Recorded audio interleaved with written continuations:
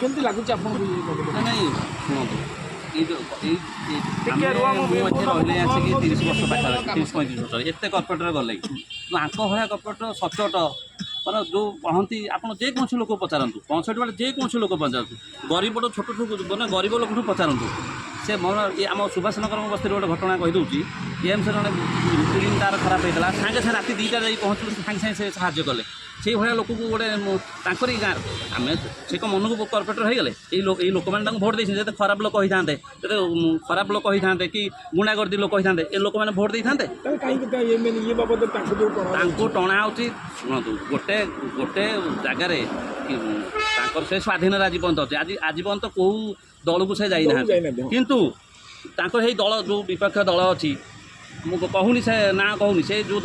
ଦଳ ଏବେ ନାହିଁ ଯେଉଁ ଦଳ ଥିଲା ଆଗରୁ ସେ ଦଳ ନାହିଁ ତାଙ୍କରି ଲୋକ ତାଙ୍କରି ଯେଉଁ ଲୋକ ଯେଉଁ ପିଲା ଯେଉଁ କହୁଛନ୍ତି ଯେଉଁ ପିଲା ହାଣି ଦେଇଯିବି ସେ ତାଙ୍କରି ଲୋକ ତାଙ୍କରି ଲୋକ ବିଜେଡ଼ି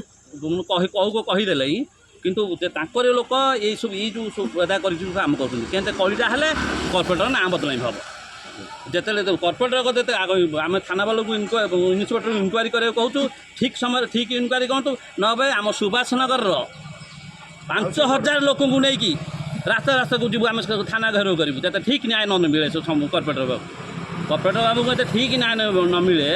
ଆମେ 5000 ଲୋକଙ୍କୁ ନେଇକି ଯାଇ ପହଞ୍ଚିବି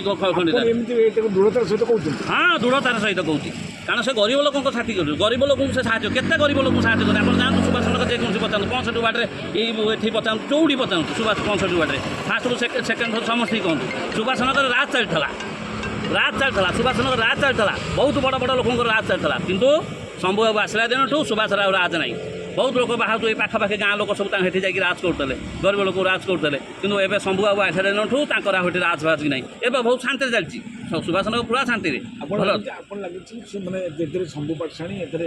କୌଣସି ନାହିଁ ଇନକ୍ୱାରି କରନ୍ତୁ ଶୁଣନ୍ତୁ ଶମ୍ଭୁ ବାବୁ ଏତେ ଥେବେ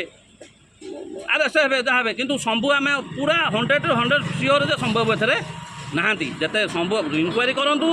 ନାଇଁ ତାଙ୍କୁ ମିଛୁଟା ଯେତେ ଫସାଇବାକୁ ଚେଷ୍ଟା କରିବେ ରାଜନୀତି ଆକ୍ରୋଶ ହେଇକି ଫସାଇବାକୁ ଚେଷ୍ଟା କରିବେ ସେଥିପାଇଁ ଆମେ 5000 ଲୋକ ସୁଭାଷ ନଗର 5000 ଲୋକଙ୍କୁ ନେଇକି ଆମେ ଥାନା ଘେରାଉ କରିବୁ ଯେଉଁ ପର୍ଯ୍ୟନ୍ତ ନ୍ୟାୟ ନ ମିଳିଛି।